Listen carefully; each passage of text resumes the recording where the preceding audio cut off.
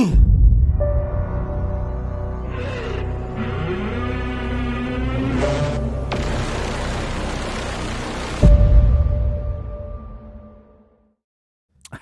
and welcome to the Daily Conspiracy Podcast. We don't take days off because reptilians don't take days off.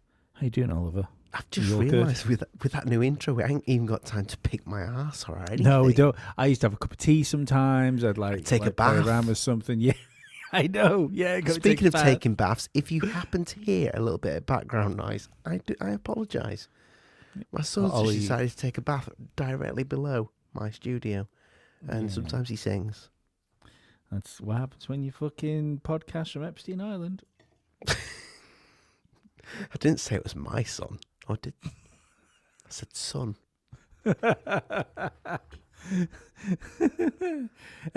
Sons. So children, the children that are in the bath at the moment, along with several politicians. The spa that's directly below me.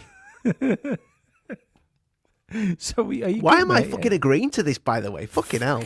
Fuck knows, mate. I don't know. Everything all good, though, anyway? All good, mate. Yeah, apart from I've got a little bit of, I don't know, like, irritable stomach. Like, I don't know if I want to be sick or what. I just came home a little bit weird today. Wanted to go to the gym. I'm currently drinking a ginger drink to try and sort it out. but we'll be fine. If I have if I all of a sudden disappear, Lee, you're just gonna have to, No, the show goes on. If you die, we keep rolling. If he dies, he dies. If he dies, he dies. What's that off now? That's the best Rocky film. Oh yeah, it is. It's Rocky 3, isn't it? Is it Rocky 3? Yeah, it's when Drago kills Apollo Creed in the ring, isn't it? I love the Rocky films. Up until Rocky 3. Rocky 3, after that, it kind of like went a little bit. I love the Rocky films. Yeah, the first two. That's what you just said. No, I didn't. I like Rocky 3 with Ivan Drago. Oh, right, okay. Yeah. Yeah. Was it Rocky 3 with Ivan Drago or wasn't that Rocky 2? No fucking idea. I think that might be Rocky 2. Not a big fan, to be honest. Okay, I feel like I don't know you. Yeah, look. I mean, no, I'm just saying, like the fucking. If you want a Stallone film from that era, that time of Stallone, it's Rambo, isn't it? I've never seen Rambo. You're joking. First Blood, Part 1 and Part Rambo. 2. I think I've seen. I think like sometimes you stay in a hotel room and there's like fucking Rambo on television. That's probably when I've seen Rambo. All right, okay. But I might have been Rambo-ing at the time, if you know what I mean. I think First Blood Part 1 and Part 2 are great, and I think that they're better. They're better films, but like as an all-out crazy action film, Rambo 3 is fucking awesome. And the Mega Drive or to Sega Genesis, to our American audience, video game was fucking. Best Stallone film by far, Terminator 2. What? Well, obviously that's a joke, but do you ever see Last Action Hero, where there was kind of a Mandela effect in that film? Well, there wasn't a Mandela effect. And Stallone was the Terminator. Yeah. He's not tall enough. He's not tall enough. You wouldn't make a short android. No, you wouldn't. No. Anyway, if you like this and you want to hear more of it, then please go and subscribe to our page, and you can get it without adverts.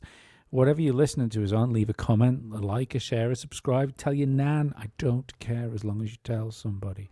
All this helps. Go and leave us a 5-star review. Go and leave us a 1-star review. Just make sure you leave a fucking review.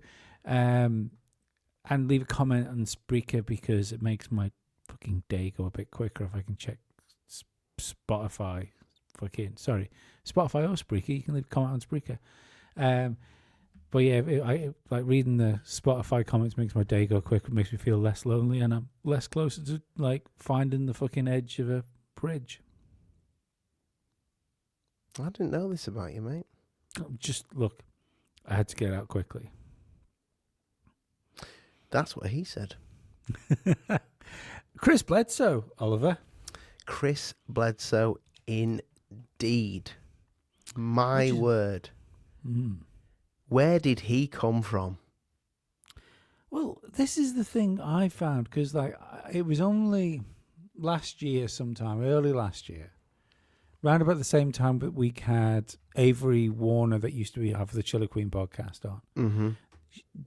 She was the first person I remember talking about Chris Bledsoe, because I remember when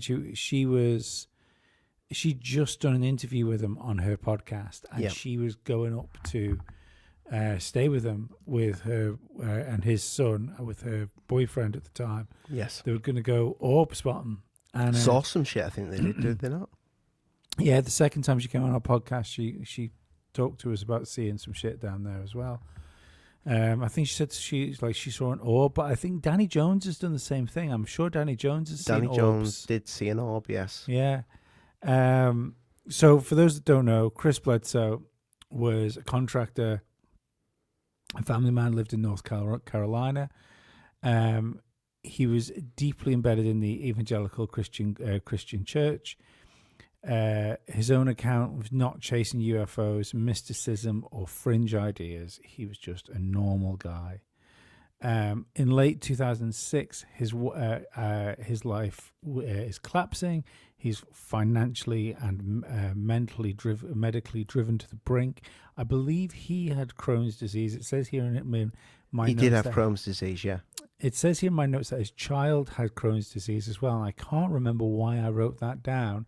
And I don't know whether I got confused with Chris having Crohn's or maybe Chris. I don't think his child had it. Yeah, I can. It was Chris. Yeah, I can only imagine there must have been a reason I wrote it down though.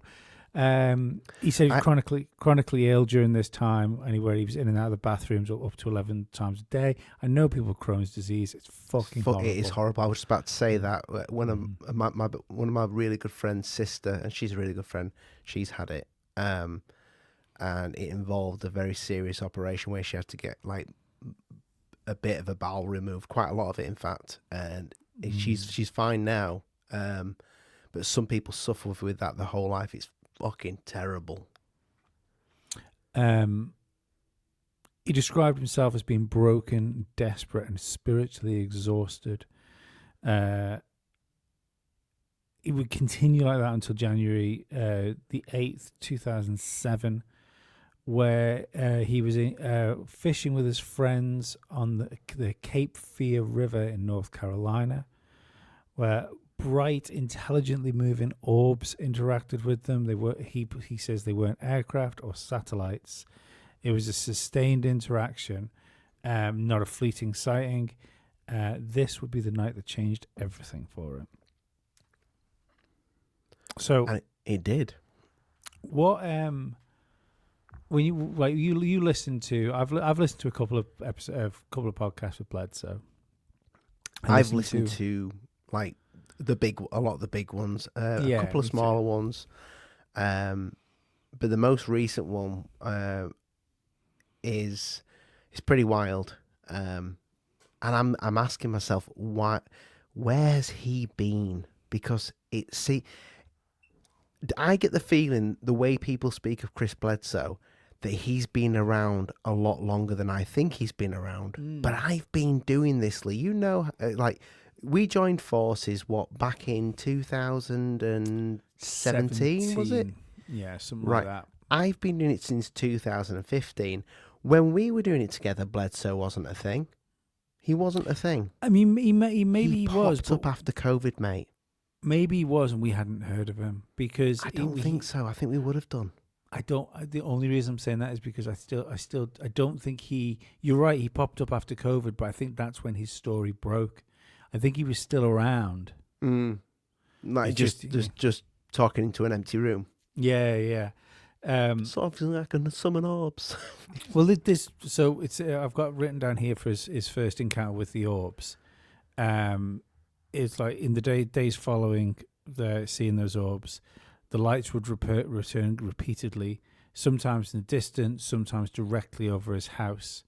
The first major shock he had was when his childhood Crohn's disease started to disappear.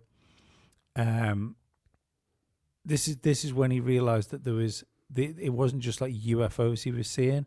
It was something like that was tangibly trying to interact with him. I mean, that's the thing. Like, just diseases fucking disappearing. You can't. It's a miracle, isn't it? There must be a medical track record. You know, it is a miracle. It is. Just to just get rid of something like that. He's an interesting character.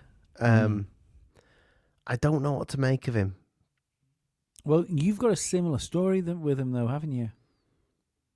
With orbs? No, Chris. I would say I've got an orb story.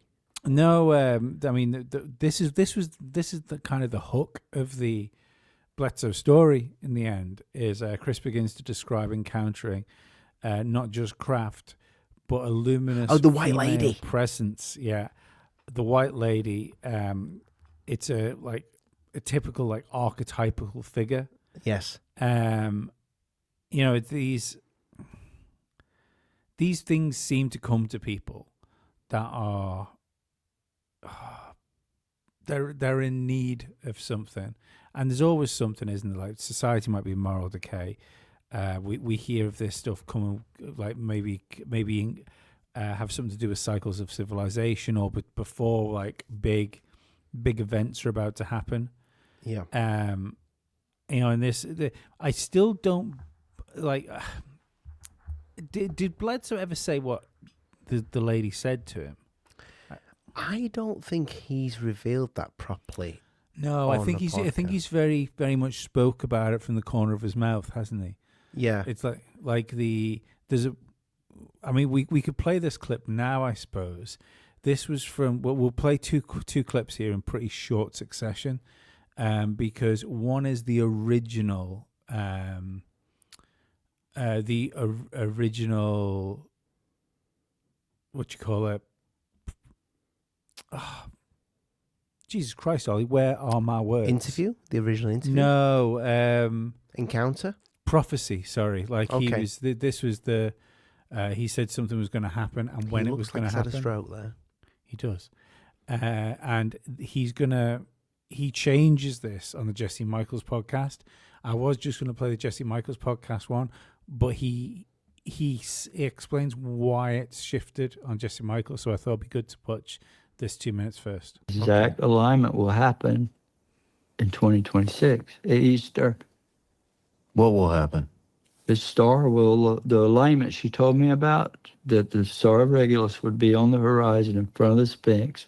At that moment, there'd be a new knowledge. Well, I had no idea if this was even possible, you know, but these astronomers run it through the machines, and it comes out that star is going to come up on the horizon in Easter of 2026. And from that point forward, they started remote viewing the state.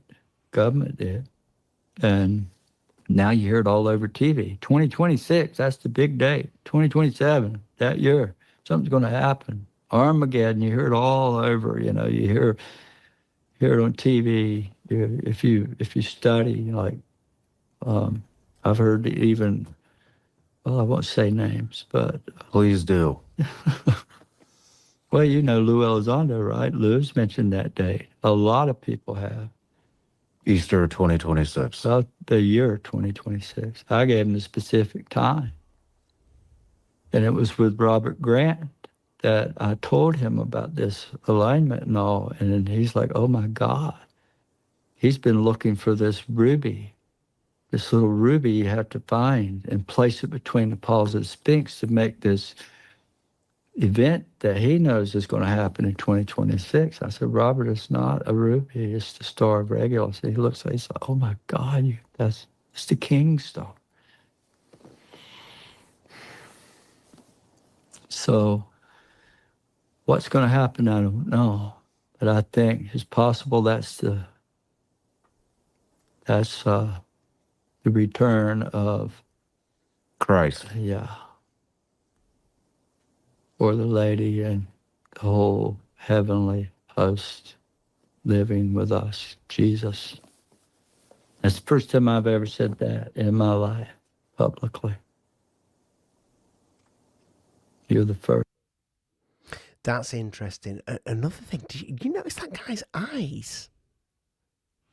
He's got very sunken eyes. I mean, the colour. He's got like, they're almost orangey brown. I've never seen eyes like that. But that's interesting that you brought that clip up, because there's a clip that I want to play later on in the show of that. There's the old blind lady, Baba Banco, whatever her name is. Babanga. Babanka? Baba. Come on, let's play and learn. Baba. Say it. Baba? Vanga. Vanga. Baba Vanga, she's predicting something's going to go down in 2026. So, and we'll get to that. Shit in bed. Well, this clip's just like 59 seconds, and then we'll get back to talking about what we were talking about. But this was the what he said on Jesse Michael's podcast about this date shifting. Okay. You know, crazy event with these like divine beings. Maybe it's like a slow moving That's thing. exactly the way I see it. It's not like snap your fingers and something. We're not going to wake up on Easter or whenever that time happens. Yeah. I'm torn, by the way, because for 8 years I wrote and talked about this alignment being in September or somewhere in the fall, because that was the date given to me by some people into astrology. And then they come back right when I go to write my book and say, oh, we made a mistake. It said Easter. And I thought, well, that sounds plausible because the lady's always coming around Easter. I have this and saying experiences every year at Easter. Are you still having them? Yeah. That's amazing. So you still speak to every this, year. and you think it's the same, the Virgin Mary, Hathor, Demeter. You think all of these, I think it's the Sophia, the wisdom, the Holy Spirit. you know, crazy event with these like divine beings. Maybe it's like a slow moving That's thing. exactly the way I see it. Sorry, let's start playing again. We've said this on the podcast for quite some time now, probably about a year, that something's coming in either 2026, 2027. 2027 seems to be the date that is sung a lot these days, but It makes sense, though, if something's going down in 2027, something would happen to be the catalyst of it in 26. yeah, you'd find out in 2026, but 2027 it That's lands. when the rubber would hit the road. Yeah. See, like, I'm torn with Chris Bledsoe, because is this not like we live in a different time now than when we look at like biblical history, and I do not claim to be a biblical scholar, so do not come at me. But we read and we've been told stories of prophets and people like that have come and gone throughout time. Does it not make sense that Chris Bledsoe is exactly what a prophet would be in 2026 and 2025? Well, he's a guy that comes out that fucking spreads his message through social media, goes on podcasts. Well, you know, when we talk about these people that are in the know that give out a signal to say, I'm in the know. Mm-hmm. I don't know if you've not actually messaged me about this. I know you've watched the full Bledsoe interview or listened to it. Did you pick up on, I'm just going to play this clip, Lee, because it's fucking, see if you spot the same bit that I find is bloody wild. I think I know what you're talking about here, because there was something that really pricked my ears up when I was watching it. Let's see if it's the same thing. Dead. So they have like a scientific model of how these angels, or you see it in Close Encounters of the Third Kind. You see the burn on his face. I got radiation burns, plasma radiation. That's what NASA told me it was. So you also got plasma radiation burns. No, I didn't, but I was warned a million times by Hal Povenmire and different ones at NASA kept calling me honestly over and over. Don't let him get too close. Don't get too close to him. Hal was telling me that they knew the voltage was like 33 million volts in one of these things, and if it got near me, it would kill me dead. Yeah, I know. It's that's it. 33 million. Out of all the numbers that is in conspiracy, I'm not being funny, Lee. I know I pipe on more than you do, that I see that number or hear that number. Yeah, but I don't disagree with you though, Ollie. That's like enough's enough, lads. Yeah, we get it. Let's get that. Let's get that 30. Chris, when you go on that show, yeah, get the 33 in there. Or is that a sign that Chris is saying, speaking out to code to these people that are in the know? I'm going to drop the 33 because that's 33 million volts. Well, no, because he said, right, so let's take him at face value, because this is what I'd say about Bledsoe is. And I think this is where a lot of the debunkers fall flat for me, is, I keep saying this, I really do think that people should take this on board as not evidence, but just as a thought. I don't think people understand how difficult it is to lie to people. Yeah. It's easy to lie. It's easy to lie once. Do you know what I mean? Like this is why it's really difficult to keep a relationship secret. You know, like if you're having an affair or something like that. Affairs get found out. Fucking, like your wife still doesn't know about us. She thinks I'm a Twitch streamer.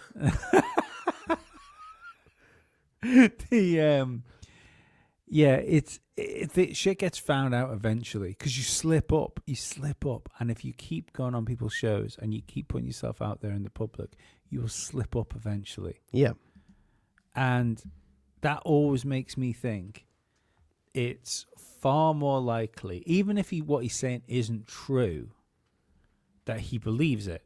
So that then you've got to go down two avenues: is he being made to believe it, or is he crazy? I would say I don't believe he's crazy because he interacts with too many people around him. You know, like there's too many people that have like reasonably important, like intelligent people. Yep. So that would lead me to believe that there's only two possibilities that make sense after that. One, everything he's saying is true, and like he's having these experiences, or B, he's being made to believe he's having these experiences. You mean like a Dodie? Yeah. Or was it Bennett with Paul Benedict? Bennett. Bennett. And that would explain guy, NASA throwing the 33s in there in the information. Yeah, but how would... Okay, so if Lee goes to NASA, Lee's being told, listen, you need to stay away from the orbs because there's about 33 million volts in those things. Yeah.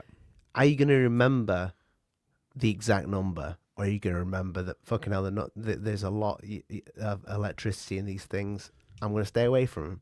Are you going to remember the specific number to tell the number? I wouldn't remember that you're on. I wouldn't remember the Pacific number. I would remember the specific number. You sound like my dad. But you're working on the assumption. In the ocean, Oliver. You're working on the assumption now that he was only told this once. That's true. And with no reason to believe that. And I would guess that if you were programming someone or brainwashing them or making them believe something, it would be repeated things that would be done to them. I hope the audience know what we're talking about when it comes to the number 33 being pretty prevalent there. I mean, for new listeners, the 33 has followed Ollie around for a long time. He's one of these people that sees a number all the time. That I genuinely believe that phenomena, wherever it is, has a hitchhiker effect because it happens to me now. It's freaky the amount of voice messages we send to each other, which are 33 seconds long. Like, it's really weird. We had one today. I don't know if you noticed. But also, it's used in, what's the highest Freemasonry, Isn't the 33 vertebrae? Jesus died at 33. You know, these are the just things that are popping up off the top of the dome. I believe you. Like, I believe you. I believe it. I believe it's a strange number. I don't know what it means. I think there is we were warned by somebody that's had experiences to like go the other way when that number appears. That it's a sign of something interfering. We've tended to not take that and think actually it's if you see it, like, you Embrace it.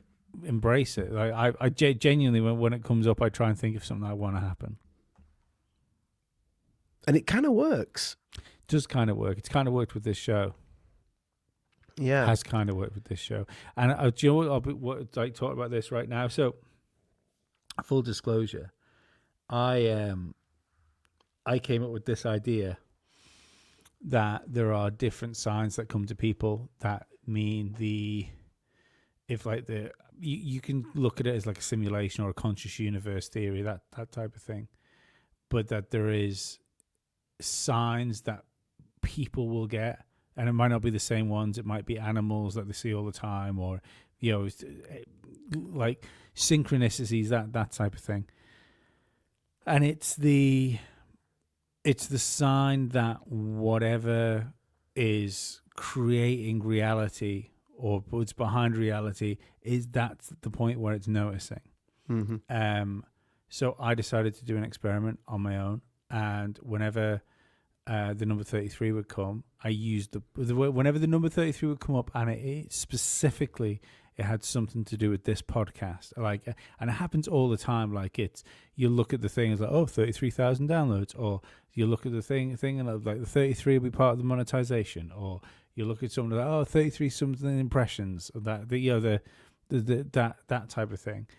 And I will focus then on the podcast, and I imagine in my mind the like opening the analytics up and seeing the numbers that I want to see, the higher numbers. And incidentally, like we had major growth when I was doing that, and it's only just dawned on me that I stopped doing that, and we haven't plateaued, but we haven't seen the massive growth that we saw like just before Christmas. Yeah. It's a really interesting thing I hadn't thought about. Yeah, I believe there's definitely something behind this number and following the universe, and this is another reason why I tend to think that Chris might be tuned into this, and it sounds fucking wild, the things that he's speaking about, but people have been to see him, people who like you said earlier, who we've met that have told us. I think she actually told us that offline, Lee, but hey ho, they've seen these orbs. Yeah, they've witnessed it. He's done a Greer. He's summoned them, but not out at sea. He's actually got them to appear over the head. Well, it's interesting with you saying the Greer thing there, because I've got another clip about this. This is a slightly longer clip, but I'm glad you've brought that up. Just quickly there, was that what you were expecting me to show when you say, I think I know which bit you mean? Yes. Right. Yeah. This was Danny Jones talking to the Museum of Tarot about Chris Bledsoe. It's a 5-minute clip. We'll play with him. We might stop it partway through once he's made the point he needs to make. It depends. I haven't watched the whole clip, but I remember this part of the podcast. I think this is interesting because maybe we're putting too much stock in people like Bledsoe, and maybe we should be starting to put more stock in ourselves. Yeah. Okay. With Bledsoe, the one thing you can't discredit is those orbs that follow him everywhere. Yeah, have you seen the videos where we summon them using mind to mind? No. Yeah, we had 30 of them at once. I put it Really? Yeah, it's on Instagram. Check it out. Everybody go follow our Instagram and check out Hell the videos. yeah. Let's pull that up, Steve. Anybody can do this. It's not, you're not special. Like this is something anybody can do if they Anybody can summon these orbs. anybody can do this. What? So check it out. Oh my God. We had I a have to group see go out. this. We had 5 people linked together with these, and they were focusing on, make lights in the sky up here, and we had that. There it you go, is. Steve. You did it. I got a blue check. Yay. There you go. All right. see what we got. How do we on- find these okay, orbs? go to Reels. Scroll on down. We got orbs, and scroll up a little bit. Up. Mystery lights, not as big a deal as you think. Mystery lights, not a big a deal as you think. Bottom right, Steve. Down. There you go. You got to hit the little bottom right. There are many people out there posting videos of things they see in the sky that are misidentified satellites, planes, and other normal things. But this is what it looks like when something truly anomalous is going on. If you watched my previous video, you know that a few years ago we did an event here in Tennessee where we had friends out to an astronomy site. And over the course of the event, we had well over 30 mysterious lights. Call them UFOs, call them orbs, call them whatever you wish. And they showed up over the course of a guided meditation where we were using our mind-to-mind technology. And here it is. This is what it actually looked like. Cluster of lights just over the hills, low on the horizon, but they would twinkle and they'd move on. And as I said, there were between 30 and 40 of them. We were using our mind-to-mind technology. And this started about 6 minutes in, which would equate to the introductory period that the mind-to-mind actually runs for before it gets into the working program. So these things showed up around that time. They persisted for about a half an hour, and then they twinkled out and went away as people stopped doing the meditation. So it was happening while they were focused on making this happen. Very obviously, these are not planes or satellites, and we are thousands of miles away from any Asian country where they be sending up Chinese lanterns. I'm not going to sit here and try to oversell you on anything or try to weave in some belief system or tell you that a goddess came down and gave me a message about the fate of mankind, because we all know you're fucked anyway. Instead, I'm just going to give it to you plain. This is what it was. This is what it looked like. Anomalous things can and do happen, especially if you're using the correct techniques. So have you ever got he gets them to come really close, and they're Just, do you know what that reminds me of, Lee? And you'd actually gone to bed when we was in Tennessee, Yeah. and Dave said, "Are you ready to see some UFOs tonight?" And sure enough, they were there, and there was quite a few of them. I don't know what they were. I know we were near a base of some kind. I also think there's not to knock seeing anything, because there's obviously it's cool to see things that are cool, but you were using optics to see them. We were using optics, yeah. But Right. one thing I will say, when you looked through them, when you see a star, and it's like it looks like I'm not saying you didn't plasma-y see stuff. They I'm did not- look like that. Yeah, I'm not saying you didn't see something that was anomalous. That's not what I'm saying. I'm not saying it was satellites. I'm not saying it was planes. I'm not saying it was Starlink. What I'm saying is that you were seeing something that wasn't visible to the naked eye. Where when people talk about this meditation practice, these things are visible to the naked eye and filmable. Oh no, sorry. Some of them were they were visible to the naked eye. Once we'd seen them, spotted them, that's when we put the goggles on to get a Right. better look, so we could see them. Okay. But yeah, that was pretty wild. So I'm totally on board with that. But I mean, we weren't meditating as such.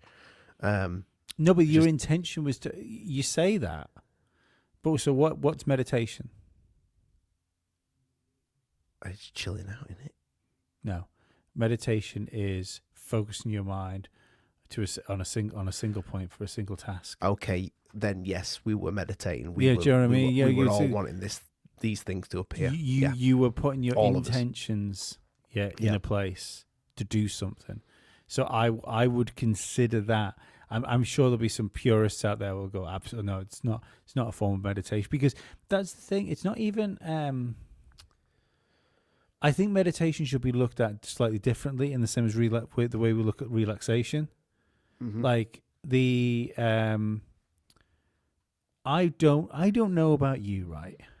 But if I sit in a quiet room completely on my own, it's nice for a minute, might be nice for even for a few minutes, but after a while I'll get really anxious.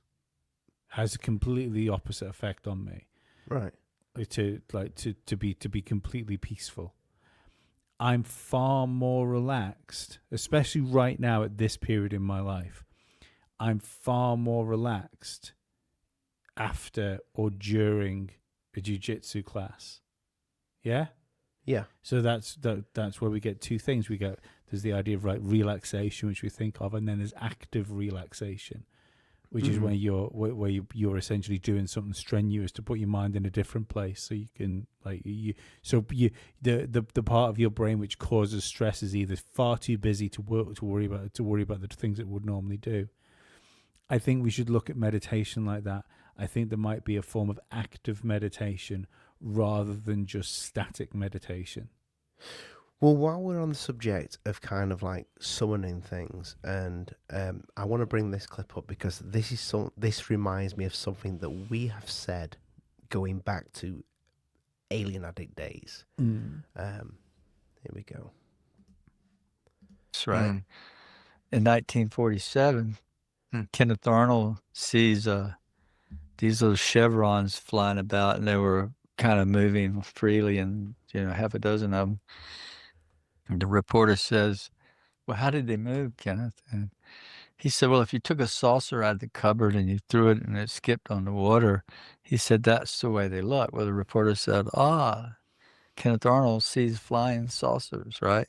So it goes out on the news, AP wire, now 1 billion plus people, has it implanted in their brain. And for the next 50 years, what did they see? Saucers. Flying saucers. Where'd they go? Yeah. And Where are they? they? Right? Then comes Yeah. a triangle in the 80s or 90s. All of a sudden, everybody's seeing triangles. Yes. Then I come along in 07. These big balls of fire come. MUFON's like, "Well, what were they?" I said, "I don't know. They wasn't flying saucers. They were light. They were like orbs." And so that kind of hung it. And from 2000, the last 19 years, it's been orbs. So our perception of something celestial and in some almost like otherworld Platonic realm that we can't understand or comprehend is being sort of shaded by basically media, by like the memes that we have in our head. Right. That's something that we kind of said on the show. Like, where the fuck did the flying saucers go? And we've always said that it's been something that's kind of gone in with the design of cars. Yeah, it's been very much, and even not even just cars. It's other things like I would say this smooth tic tac thing. You could say has very much followed like modern design philosophy. Mm-hmm. Like you look at laptops and stuff now. We want technology to be smooth and pill shaped. If we can remove ports, we'll remove ports. We want things as seamless as we can possibly be. It's why Apple go to great lengths to tool the chassis for their laptops out of single pieces of aluminium rather than like putting them together. Yeah, it's. I mean, even I don't use Apple stuff. I've got a HP laptop in front of me, and I picked this because it was like the plainest, like what I consider sleekest looking laptop I could find. But it's also what he's saying falls in line with something that I've said for a long time, is that these things come to people as things that they can understand. Yeah, and it could even be the fact that they're not necessarily trying to do it. It's like you think of it as an optical illusion, right? We've all had that where we've seen an optical illusion that is so convincing and it tricks your brain so much. It doesn't matter. Like it could be anything, whereas like you spin around and it's your coat, for instance, is on a door and there's a hat on it, and just the way where it is and the height it is, and you turn around and just for a split second your brain fills in all of the missing data that you've got, and there's like there's a man stood in your room until your brain can fetch the rest of the data, fills the holes, scraps the original idea it had, and you go, oh, it's my coat. Yeah. I think there might be an element of that with the phenomena where there, in actual fact, it's not like when we see these things, it's not we're just seeing like a flying saucer or a ship or something like that. It's something that's so fantastical and so like paranormal that your brain can't comprehend what you're looking at. Your brain fills in the missing bits, and then you walk away going, I just saw fucking E.T.'s house. Did you see the bit where were you listening to this? Or were you I was watching it? listening to it. Yeah, I was listening to it. Okay. Let me bring this bit up because this is wild. Did you hear the bit about the orb? And I think did he have a child that died? I think so. Yeah. This is crazy. Of her grave and a little ball of light, and I took that picture. And that's how I got that. Wow. That's amazing. Yeah, and you should have a copy of it. I would love to see that. Yeah. Yeah. Yeah. We could put that up. So what does that tell you? You know, what does that tell you? And I've got people, lots of people and children. In fact, I have a child. My wife and I lost a child. We have 4, but we lost a child. And I was out thinking about him, and this lonely orb, there it comes. And I took a picture of it, and there was a child. Yeah. In the orb. In the orb, and this is my screenshot. Wow. I'll show you. Oh my God. See, That's a real photo. that's a photo of a child, and it was a ball of light. That's a real photo. Yeah. That is amazing. So what does that tell you? I believe that I think that we're in a simulation, or we're in this avatar, that we experience time because of our body. But beyond the body, there is no time. And I think when we die, that we go back to that eternal place, which is, in church, they tell you it's somewhere way far away, but I think it's just around us. Yeah.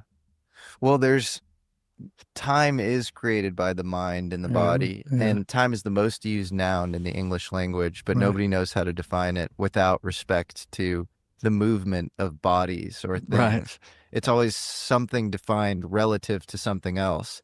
So if you're doing that over and over again, then it has to be this soup that you're swimming in where you can't get out of it. Exactly. You're like in water, and you don't, it's like this David Foster Wallace speech where he goes, "This is water," and it's like you're a fish in water. You have no idea what you're in. We're in. So I'm skipping to And was to he this bit religious? here. Well, he wasn't religious at all, but he was, toward the end of his life, he became, very open in prayer and stuff. That'll make you religious. Yeah. Tim Taylor had a conversion, right, Yeah, at the yeah. Vatican, where he converted to Catholicism. Yeah, exactly. It's fascinating. So that's where this thing takes you. Yeah. It takes you down that path. If you interact with it, it will. There's an apocryphal quote that's often attributed to Werner Heisenberg, and he's this amazing physicist, Right. but he was also in charge of the German nuclear program under the Nazis. But also a much deeper philosophical guy, and he regretted his kind of role in that stuff. And he says, the first sip of the bottle, of science makes you an atheist, but when you get to the bottom, you find God at the bottom, or Right. whatever. That's where Hal was at the end. Yeah, Yeah. that's what it sounds like. Yeah, exactly what it was. Yeah.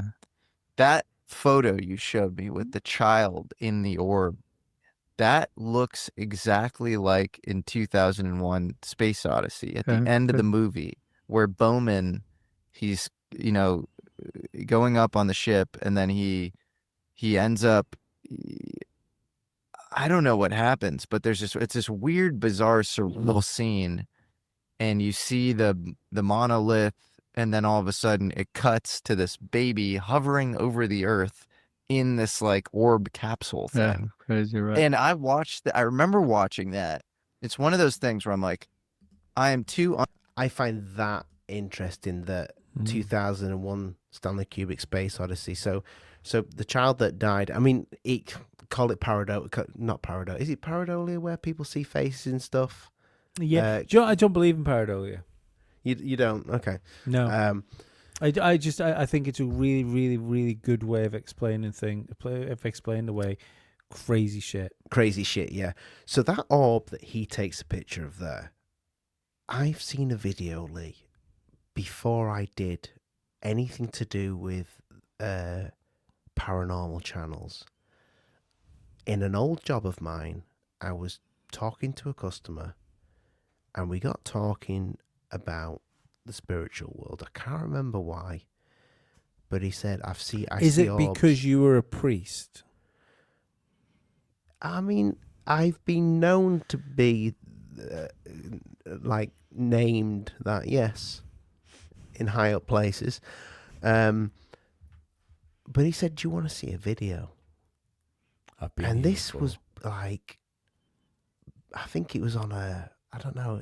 I think at the time I had like an iPhone 6 or something. So it worked great. But he shows me this, him and his wife he said that it's in his bedroom. And he said, look, it's coming from the hallway. And he goes into the hallway. And this is on like just filmed on his phone. And you see this little ball jump to the camera from the carpet, like literally jumps up to the shoots past the, and I have never to this day seen an orb video better than that. I wish I'd seen that while we was doing this, because I'd have said, listen, send me that, come on the show. It was incredible. And so I think there's something to these orbs. I've seen them myself. Your son's seen them. You've probably seen them, and you probably can't even remember. I think there's something to them, and I find it really interesting that Jesse Michaels brought up Stanley Kubrick there, and I never thought of it like that. There is an orb at the end of that film, and then all of a sudden there's a baby inside the orb. Like that's pretty wild. Did you see the other picture of the orbs that Bledsoe shared? Sorry for our audio listeners. I mean, it is basically it's an orb, and there's like a baby inside there. So he shared these pictures of these orbs and no one's really sure about what they are. Is that 350? Is it 3, 5, 0? It looks like 350. That's something else. It looks that looks almost like a 0. like fucking code, doesn't it? It looks like inside the orb. Yeah. What could be, like a matrix. Yeah.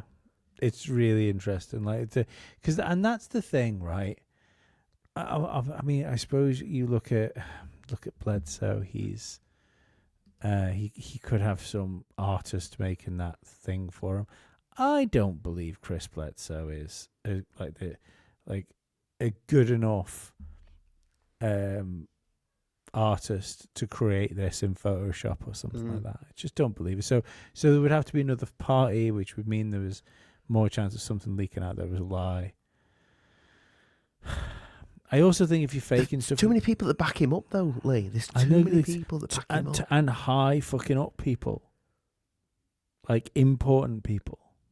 I mean, I think Avery, like it was definitely after the show, because I think at the time, because we knew, I think we were saying, can you get Bledsoe on for us, or can you get us in touch with Bledsoe?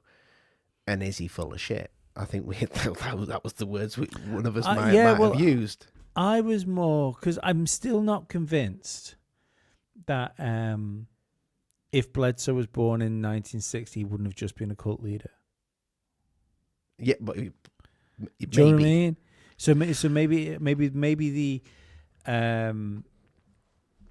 if there's certain people out there which have like a psychopathic tendency to create and form cults, maybe that sort of thing has evolved Yeah. in to where they don't have to.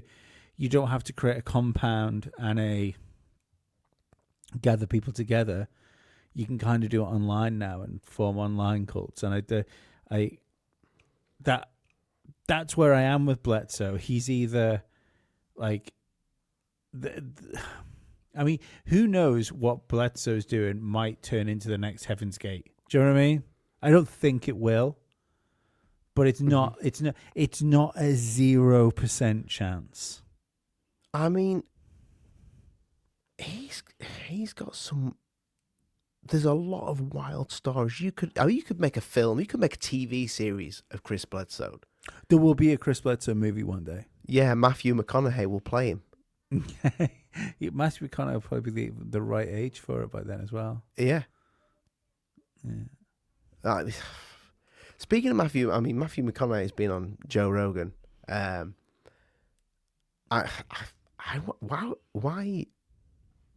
is Chris Bledsoe? Will Chris Bledsoe? I know. I like to predict Joe Rogan's guess. It's not hard, but he'd be a great guest for Joe Rogan. I don't know if he would be. You know. You don't think? I don't know because he's. You get him on, and then you make a secret appearance of Matthew McConaughey. All right. I think the thing with Bledsoe is his intrigue comes in as storytelling, not as cross-examination. I don't know. I don't think Joe Rogan cross-examinates. Does No. But I think Joe Rogan's a inquisitive person. I don't think he's got for instance, the reason Jesse Michaels one is so good is because of the length and breadth of knowledge that Jesse Michaels has in the people that are involved in this, in like just general scientists and he was popping physicists and stuff up there. I think Rogan would run out of parallels of places to meet Bledsoe, and at that point it just becomes it becomes a leap of faith, doesn't it? Like, what are you saying to me? Yeah, I mean, I do think there's something to this Chris Bledsoe. That I don't think it's. I don't see bullshit. I see a very intriguing man. I'm convinced. Peter Thiel. I'm sure it's Thiel. I'm sure. I know there's two of them, isn't there? I keep getting mixed up, but I'm sure it's Thiel, capital. There's a Teal, a Peel. A Teal, sorry, that's what I'm saying. But I know there's another guy, and I always mix them up. I can't think of the other one right now. But I'm sure it's Teal Capital that Jesse Michaels works for, and that he's been an investor and stuff for before. Now, I think, because I know Thiel is interested in the esoteric, he makes it his business to get people who 90% of people would consider wackadoodle.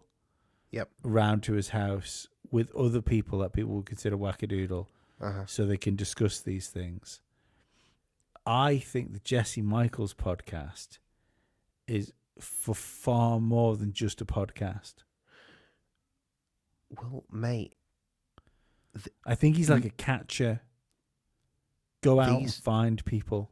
Yeah, well, the extremely rich, like you. I mean, look at Bigelow. He bought Skinwalker Ranch. Who took over Skinwalker Ranch when Bigelow had finished? What's his name? Fucking hell's on the tip of my tongue. Another rich guy. Yeah, not as rich as Bigelow, but rich. Fugel. Yeah, Brendan Fugel. Yeah, and I think that. I don't think that comes from, let me see if I can make money at Skinwalker Ranch. I think that probably comes from, initially, I've got an interest in this subject. Is there anything to it? I've got a shitload of money. I can waste some money on this to see if there's anything to it. Maybe I can make a show off it as well. Yeah, I agree. Because the people that especially the I've forgotten the guy, the guy who's got a PhD in something or other, but he's a really intelligent chap. He can't come cheap. I don't know what you're talking about. He's on Skinwalker Ranch. People in the comments are going to absolutely murder me for not knowing, but I can't remember his name. Travis Taylor. Yeah, that's the one. Yeah, that is the one. Yeah. See, well, that's the thing. It goes back to that thing I always used to talk about with Warren Buffett, wasn't it? Where I'm sure it was Warren Buffett. Someone asked, "Why do you believe in?" So there was some about astronomy was placed to him, and he said millionaires don't believe in astronomy, but billionaires do. And it does feel to me that because we've spoke to people, like we've had like a guy works for NASA on a couple of times. We've had a couple of guys that work for NASA on a couple of times. Like the smartest guy we've probably had on this podcast, who like he was nameless, he didn't show his face and stuff like that. But just if we've built up any like semblance of trust with our audience, Let's just call him Dave's NASA mate. Yeah, Dave's NASA mate. Just take that from me. Just take that from me that this guy was legit. Like he's worked for NASA, JPL, like all of the places that you could possibly think of. He's a patent holder in those places as well. Like this seriously smart dude. And speaking to him, he was so much easier to talk to about crazy shit than people half as intelligent as him. When you've got a guy like that turn around and saying, listen, I've worked on all these things, don't know why we keep calling them fucking Egyptian names. The Apollo program, what the fuck was that about? Why didn't we call it like fucking like Hope Eagle or something like that? Not to mention the conversation after the show. Exactly. So it really does seem that there is an interest in these people, and I kind of like it flies against what we get taught in media as well, because like Stranger Things would have us believe that Bledsoe would be like gobbled up in a van somewhere, taken to a facility, put in a steel room and said, like, fucking bring the lady, we want to speak to the lady. What if he has been? He doesn't know.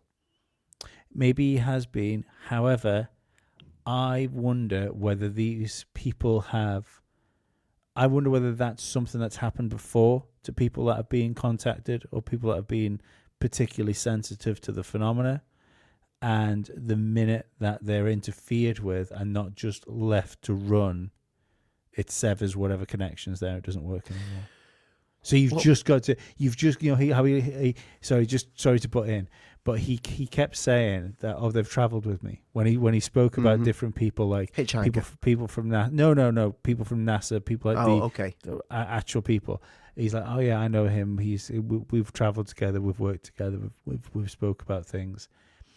I think the best these people can do, and do not get me wrong, I think if they thought it would work better, they would have that guy fucking zipped up in a bag and have they'd be fucking rooting around in his brain box to see what would happen, regardless of what would happen to him. But I think over the years, maybe they've discovered the best thing you can do with these people is just kind of follow them around. You just gotta leave them to it. Like if you can send a couple of assets in there to make friends with them, to be there when stuff goes down, that's the best way you can have access to this stuff. Yeah. Well, I mean, I'm wondering if, and I know I've said this for quite some time now, the timing seems perfect right now, It does. just to let these people talk. I know. I think we'll can the talking about the Babaloompa, whatever her name is. I've forgotten her name. Baba But- Vanga, yeah, Baba- because there's so much about Bledsoe. That's the thing. I mean, we've Yeah. we've But just literally quickly, talked for an she's hour predicted about him. fucking aliens next year. Bledsoe predicted aliens next year. She predicted 9/11. She predicted COVID. I think that there's a reason why these people are coming out now. Like Well, I think there's a reason Bledsoe is allowed to speak right now. You know, let him gain some traction. You know what I was saying at the beginning? Where's Chris Bledsoe been? Maybe he was there for quite some time, just talking into fucking nothingness, you know. And then all of a sudden, it's like, let's give this guy some traction, because we know very well that shadow banning is a thing. I think it is. I really do think. Also, I think you got to do fucking good content. You got to work hard. I think that's 90% of people Yeah, say I they're shadow agree. banned I are making agree. shit content. Yes, I agree, Lee. But I also we know what happened during COVID. We know that they can control shit. So if this guy, not just Chris, other people, there might be a lot of fucking Chris's out there. I mean, okay. Do you remember? So that we've not really done a story on him yet. But the UFO guy that passed away from the black stuff coming out of his mouth. Max Spears. Max Spears. I have done a like an unintentional fucking deep dive on that guy. I've watched so much stuff about him lately, and it just, for some reason, his shit just started hammering my feed. Right. That's why I'm bringing it up, Lee. Yeah. Because I'm not being funny. I didn't know who Max Spears was. I heard of him. died. I knew who he was when he was talking. I didn't. I'd heard of the guy, but I think the thing is, even for me, like I've people listen to people do conspiracy podcasts like this, and the first thing they'll say to you is, "Oh fuck, do you believe everything?" And you go, "No, I'm just slightly more open minded than you are." But the thing is, I'm Also, we are running a conspiracy podcast. yeah, I mean, kind of. It's kind of in the name. But I'm much more open minded about this stuff now, even Mm-hmm. than I was years ago. Me And too. I came across Max Spears. I was like, "Fuck you!" Like he just came across as being this weird autistic guy, and I kind of I looked at it for a couple of minutes and then just completely fucking dropped it. And then it's only as things add up, well, not add up, but things like add up, like fall on top of each other, and then you look back on the Spears stuff and you go, "Oh, Yeah, some of the things hang he on. was saying yeah." kind of make sense. A lot of sense. A lot of sense. But yeah, I know you. So I hadn't heard who he was, but I don't think it was a drug overdose. No, I don't think it was a drug overdose. So I don't think it's a some of drug these overdose. people, you know, It makes you wonder what it was too. Like Yeah. when someone's fucking throwing up black goo, black goo, very X-Files. very X-Files. In it Mm. just. But that makes you wonder as well. It's even the stuff that we don't know. We don't know what's going on. We don't know what people are doing. Even what Bledsoe was saying there about that guy who thought there was going to be some sort of alignment, but he thought he needed to place a ruby between the pyramids at the time to make this thing go on. That's fucking Indiana Jones shit. That is some indie shit in it. Right, but don't get me wrong, probably bullshit. Do you know what I mean? Probably wrong. If you think you're going to stick a rock between a couple of fucking pyramids and magic's going to happen, you're probably going to get disappointed. But what I'm trying to point out with here is there are people out there that are fucking doing stuff. They're fucking looking for things. They're looking for artifacts. And like that, okay, maybe that guy was wrong. Maybe that guy's a fucking kook. Doesn't mean all of them are kooks. No. Doesn't mean he was a kook. I'm just like, using it as an example. Well, I think it definitely sounds like what Chris is talking about. He thinks that it's spiritual. It's godly. It's nothing to do with aliens. That's what I get. Yeah, that's what I get the gist of with this. And when you say that, but then he'll say, Jesse Michaels said on that podcast, for instance, oh, so you don't think this is like, he asked him whether he believes it was a nuts and bolts machinery thing, or whether it was a like balls of plasma. You get zapped up. Next thing is you're in a fucking football sized room because it's non-material science. And he's like, I think both are happening. You go, right, okay, well, what does that mean? Because like, if you're an interdimensional entity that can travel fucking time at a whim, like as a being, well, I mean, what do we? Our spaceships just for comfort at that point? Do you know what I mean? Like the two don't gel together. Okay, so what if angels, or whatever you want to call these things, let's go the opposite end, let's say demons. What if the magic part isn't the... It's not just the technology. It involves knowledge, and they can make things that is technology because of the knowledge that they have. That's through fair. High intelligence. Absolutely. But what if they can't fucking disappear through a wall without making some technology? Does it mean that they're not demonic? Does it mean they're not angels? Or does it? I mean, you give an angel a machine gun, and it fires it. It's firing a weapon. Yeah, I really don't know. And then it's like, at what point does something become a god? Do you know what I mean? Like, what do we? Like, where's our checklist for this? It's like, you're all powerful being, right? Check. Well, maybe when they're fallen, or no, but like non-physical, like, check. And you go, oh, where were you from? Oh, I'm from a different planet. You go, oh, well, you can't be a god. And they go, well, I made you.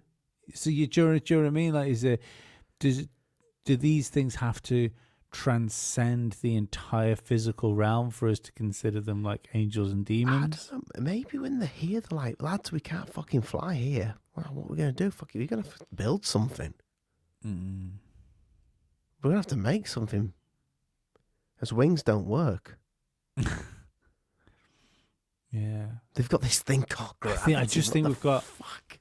I think we've got something so wrong somewhere. And this is the thing. I think there is, in my mind, some almost to the point where I believe it's impossible it's not happening. Something tangible is there. As in like an unexplainable. But I wonder whether we've allowed, and like again, I definitely consider myself to have faith more than not. But I wonder if we've allowed, just like sci-fi has flavored our perception of the phenomena. Lee, have we allowed? I think sci-fi's here for a reason. I honestly think the amount of sci-fi, the build-up of sci-fi. I think that's fair, but what I'm trying to get at is, I think what if religion is here for a reason? What if that was the first? Well, maybe not even the first, but what if that was the one before pop culture? What if we've used that, like these stories and religions were invented to explain away something that is unexplainable? And now we've just done that in just like everything else that seems to happen. Especially culture wise, we've just done it in a shitty, bad, fucking new way and repackaged it into entertainment. If we go back before televisions, Hand away from your mouth, Ollie. If we go back before televisions, we still have them. But people read books. People would tell stories, and then you get the entertainment industry. And I think some of the first things, one of the first movies I think was like one of the really old, really well done movies was Metropolis. Yeah. Mm-hmm. So the sci-fi thing has always been a massive thing, and I'm wondering if that has been, because if you go back to myths, legends, books that are talking about myths and legends, and then you've got sci-fi novels, you've got loads of sci-fi TV shows and films involving extraterrestrials, UFOs, all that palaver, werewolves, vampires, everything, all of the above. What if all of that is kind of explaining a lot of truths, and they're like, lads, we need to cover this up. Let's put it out on the television and show them it every day, because then when they see it, the story that people will just say they got it from the television. That's great because you're talking about television. However, I mean, H.G. Wells' War of the Worlds was first published in 1898. Yeah, no, that's why I said before television, it was still going on. But what I'm saying is, I just don't believe that this has been some sort of psyop. I don't believe in 1898 they were trying to explain away fucking UFOs with sci-fi. I mean, if they tell us whatever it is coming from a different planet, it kind of takes us away from God, doesn't it? Yeah, but I don't think anyone was trying to take anyone away from God in 1898. I don't know. I'm I don't know. sure, We always wonder about playing the long game because people don't live forever. But yeah, I just don't buy that. That's what I mean. I think it's far more likely that crazy shit's always happened, and then people have been inspired to do shit because of that crazy shit, and they've written shit. I believe that the weaponization of entertainment started in the 90s. All right then. So I'm going to put this out there. I am going to sound fucking nuts here, but yeah, probably. What if the reason why this started is... I love it when you say "what if," Ollie, because whenever you say "what if," it's like you grab things from around your head which have no connection, then slam them in a sandwich. Carry on. So, what if? Otters, right? It's what if all of this has been done to dull down everybody's faith? And Chris is right. Something is coming in 2026. What if it is a fucking return? What if it's the battle that people are talking about? You know, the final battle between good and bad, good and evil. And you know, you need people to lose their faith, because right now the world is fucking nuts. I don't think it is. Not in the way you're talking about. I think you don't think the world's nuts. I don't think it's any more nuts or any more or less nuts than it's probably ever been, if I'm perfectly honest. I think the world's always been nuts, and you've got a world full of different cultures. Like you've got one planet with many different countries. There's some that we're supposedly the same species on them, yet we speak different languages. We all look different. Like we've got different fucking things that we do in the morning. We've got different things that we eat. Like the whole one of the biggest issues we have, I think, in the West is the idea of the one human race thing. And to an extent, we are a single human race. But when we say one human race, what we kind of mean is one human race if we can just kind of make everybody a little bit more like us. That's I've always believed that's the subtext to that sort of thing. So, but when you get these people, look at like Chinese and or Japanese, but especially we'll go with Chinese, yeah? I love Chinese food. Chinese writing is like a fucking alien wrote it. It is fucking crazy. Very pretty writing, yeah. No, but what I'm trying to say is, like, we're fucking like a few fucking 1,000 miles apart, and the difference between the Chinese language and the English language is fucking insane. Yeah. So what I'm trying to get at is the world's always been mental, but the difference is because we've gone and fucked ourselves and invented social media, we shouldn't know. We're not designed to know. We're not designed to know what?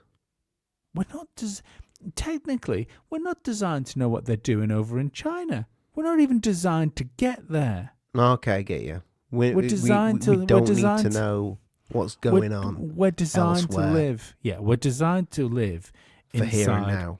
our land masses, realistically, where we like to travel, we like to go we like to go places. So I would probably venture out on a boat, but because we create technology, we've shrank the like it's a small world after all now, Ollie.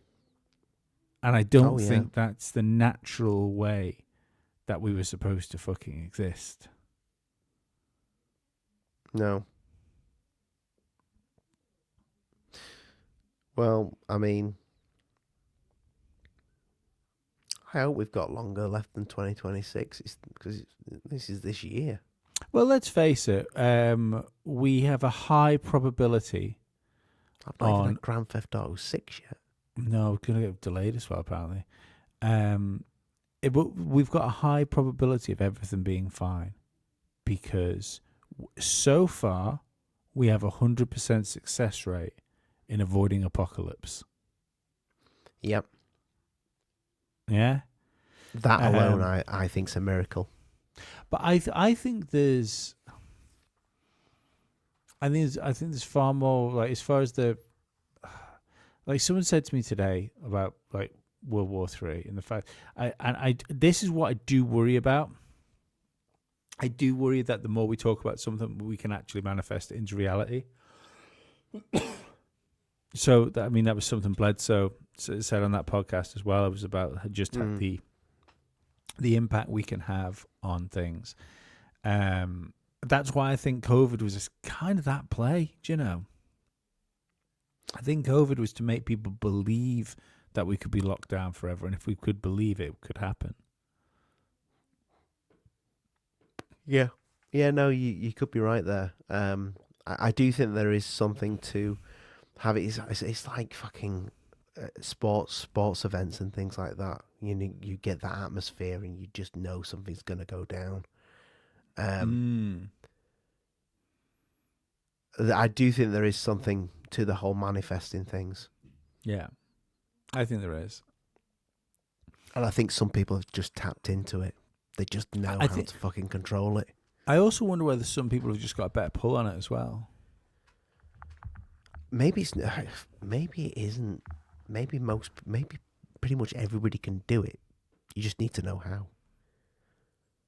Yeah, I think there's probably an element of that. But it's like, that's almost like saying anybody can do like fucking Usain Bolt. Do you know what I mean? Or anybody can do what like name a fucking top line athlete. If you take someone of a similar stature, they should technically be able to do the same thing. And they probably can, but it's that's all that stuff of like, well, where do you come from? How much time are you willing to put into this sort of thing? There's a load of like intangibles that go along with talent. Because I always say I don't necessarily believe in talent. I think it's a myth. I think talent is something that people that work really is a way for lazy people to explain away hard work. I think that might be a thing, but to think that everybody can do it, I don't think it's just as simple as if you can fucking believe it, Johnny, you can do it. I think it takes you've obviously never lot. seen Sticky Vicky if you don't believe in talent. I've no idea what you're talking about. You know who Sticky Vicky is? Oh, Okay.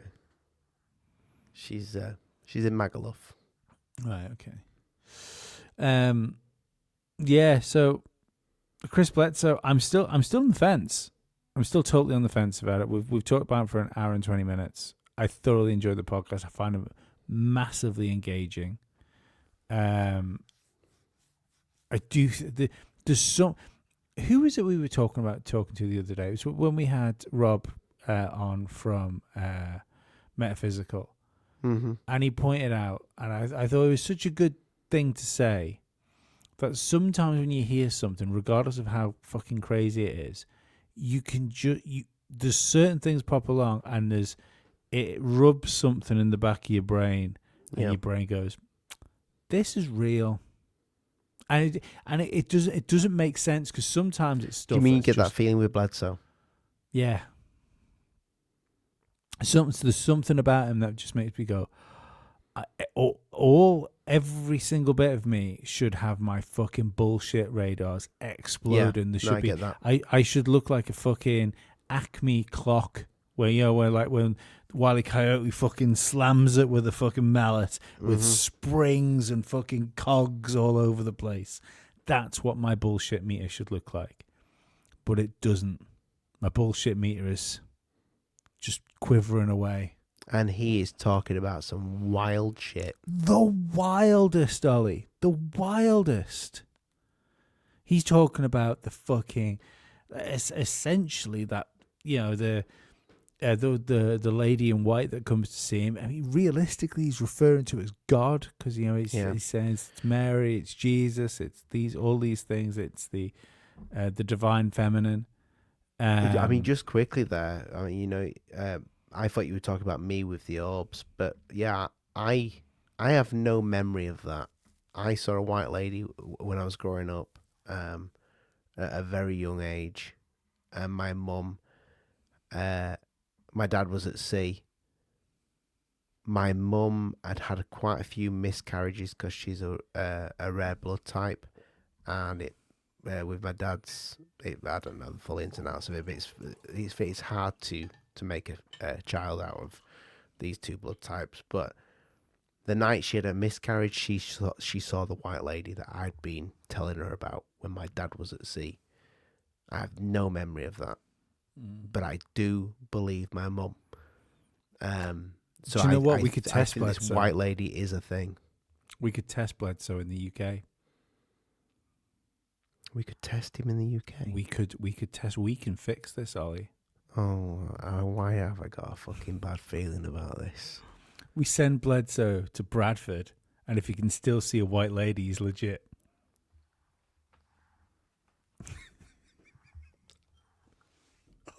Ollie just decided to have a drink of an empty glass.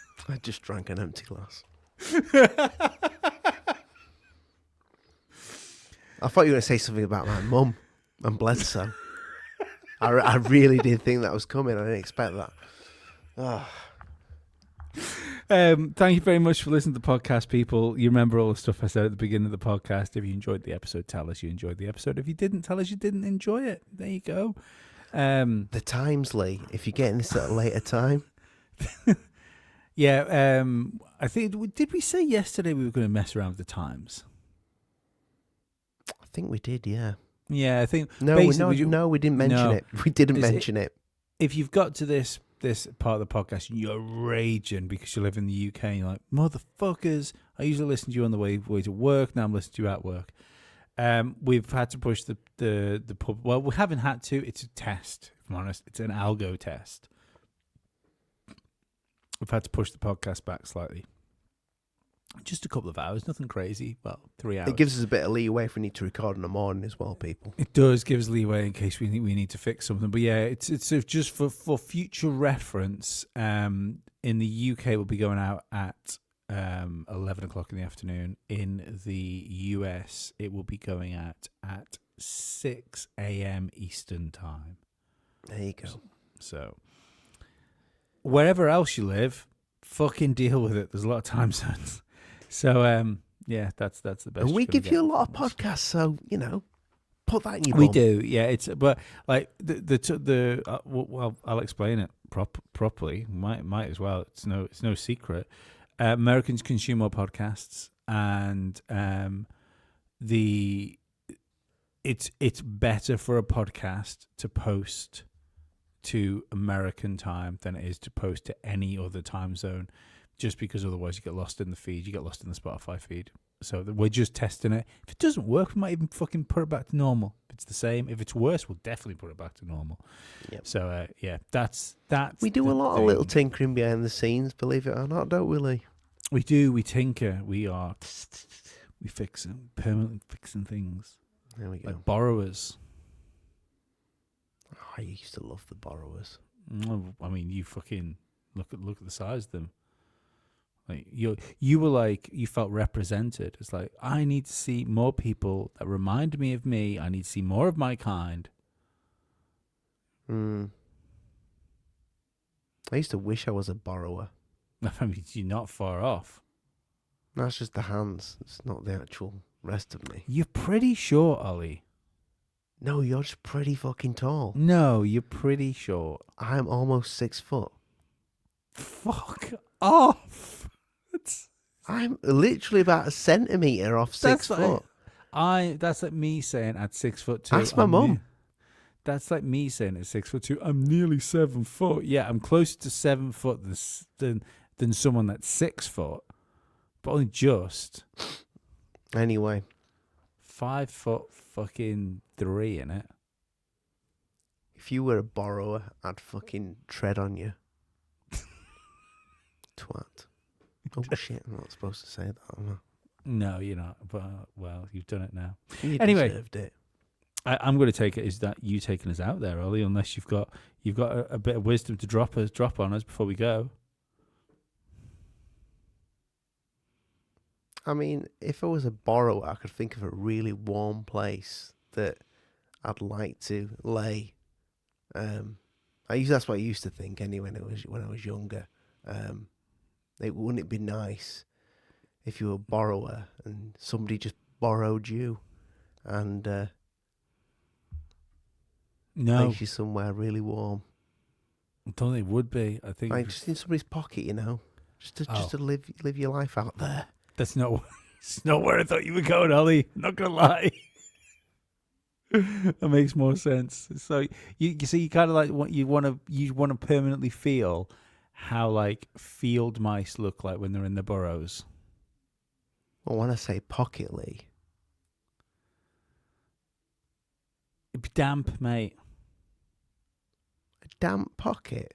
I don't know what you. No, I know you. You know what you mean. Not being I out know in what the you rain mean. with that pocket. Everyone knows what you mean, Ollie. I don't know what I Everyone mean. knows.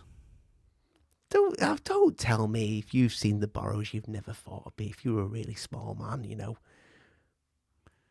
and there were giants. No, never. Even just for the fact that I'd have to move out once a month. You did ask for it. I did. Say goodbye, Ollie. Goodbye, Ollie.